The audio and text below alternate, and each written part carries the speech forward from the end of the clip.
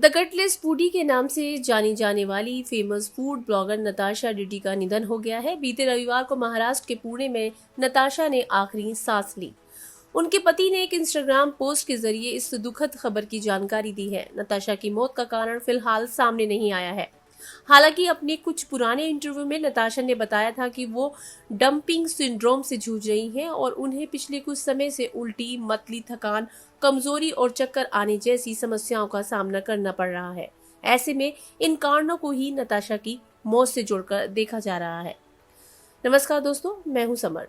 दरअसल नताशा का पेट नहीं था। 12 साल पहले ट्यूमर के चलते उनका पेट निकाल लिया गया था, जिसके बाद से ही वो बिना पेट के रह रही थी। अब डंपिंग सिंड्रोम को उनकी मौत का कारण माना जा रहा है। ऐसे में आइए जानते हैं क्या है ये बीमारी, साथ ही जानेंगे कि बिना पेट के नताशा का पाचन तंत्र किस तरह काम करता था। दोस्तों, डंपिंग सिंड्रोम दरअसल पेट से जुड़ी ही एक बीमारी है। इससे पीड़ित होने पर खाना लंबे समय तक पेट में नहीं रह पाता है और तुरंत छोटी आंत में पहुंच जाता है। ऐसे में भोजन का पाचन सही ढंग से नहीं हो पाता है, जिससे इंसान को उल्टी, मतली, अपच, दस्त आदि समस्याओं का सामना करना पड़ता है। दोस्तों, चूंकि नताशा का पेट निकाला जा चुका था, ऐसे में उनका शरीर ज्यादा देर तक खाना स्टोर नहीं कर सकता था। वो जो कुछ भी खाती थी वो सीधे छोटी आंत में जाता था।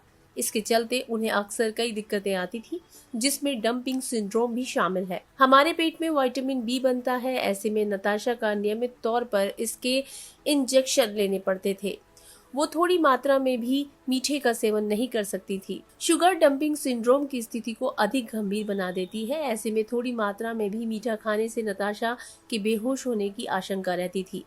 पेट न होने के चलते वो एक बार में ज्यादा खाना नहीं खा पाती थी। इससे अलग वो दिन में 7-8 बार थोड़ा थोड़ा खाती रहती थी। उनकी डाइट में ज्यादातर लिक्विड चीजें शामिल होती थी, जिन्हें आसानी से पचाया जा सकता था। वहीं किसी भोजन के खाए जाने पर उनके शरीर पर कैसा असर पड़ता था, इस बात की लगातार निगरानी होती थी। इस तरह उन्होंने 12 सालों तक बिना पेट के जीवन व्यतीत किया।